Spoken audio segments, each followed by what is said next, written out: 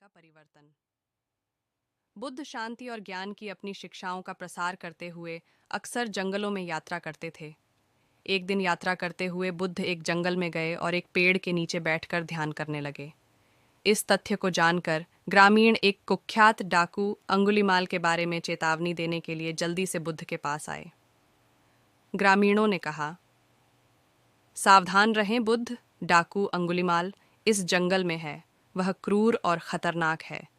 बुद्ध शांति से मुस्कुराते हैं और पेड़ के नीचे बैठ जाते हैं।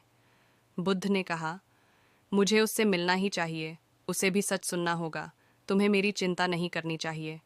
यह सुनकर गांव वाले दर्द से रोने लगे, लेकिन झिझकते हुए धीरे धीरे अपने घरों की ओर चले गए।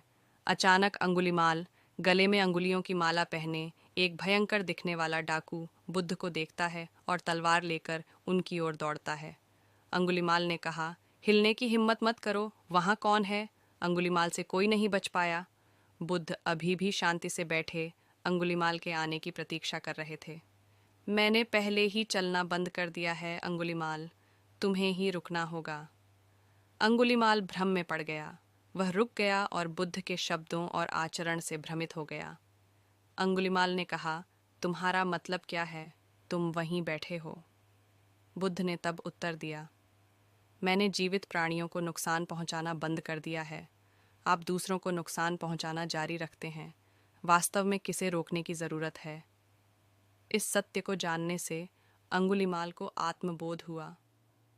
बुद्ध की बुद्धिमत्ता से अभिभूत होकर अंगुलीमाल ने अपनी तलवार गिरा दी। अंगुलीमाल बुद्ध के शब्दों से प्रभावित हुआ। उसे एहसास हुआ कि उसके तरीके गलत थे। अंगुलीमाल ने तब कहा, बुद्ध, मैंने हिंसा का जीवन जिया है, क्या मैं सचमुच बदल सकता हूँ? बुद्ध ने तब करुणा दिखाई और धीरे से मुस्कुराते हुए अंगुलीमाल के कंधे पर हाथ रखा। तब बुद्ध ने कहा, बदलने के लिए कभी देर नहीं होती। धर्म के मार्ग पर चलें और आपको शांति मिलेगी। अंगुलीमाल ने बुद्ध के सामने घुटने टेके, उसकी आंखों में आंसू थे और बदलने की कसम खाई। उस दिन से अंगुलीमाल ने अपराध का जीवन छोड़ दिया और बुद्ध का समर्पित अनुयायी बन गया। अंगुलीमाल ने कहा, धन्यवाद बुद्ध, मैं करुणा और दयालुता का जीवन जीने का प्रयास करूंगा। एक नया आरंभ। अंगुलीमाल का, जो भिक्षु बन गया, शांति और करुणा की शिक्षा फैलाते हुए बुद्ध के साथ चला। बुद्ध की शिक्षाएं दिखाती हैं कि सबसे कठोर हृदय भी बदल सकते हैं। दया और शांति का मार्ग चुनने में कभी देर नहीं होती है। परिवर्तन एक कदम से शुरू होता है।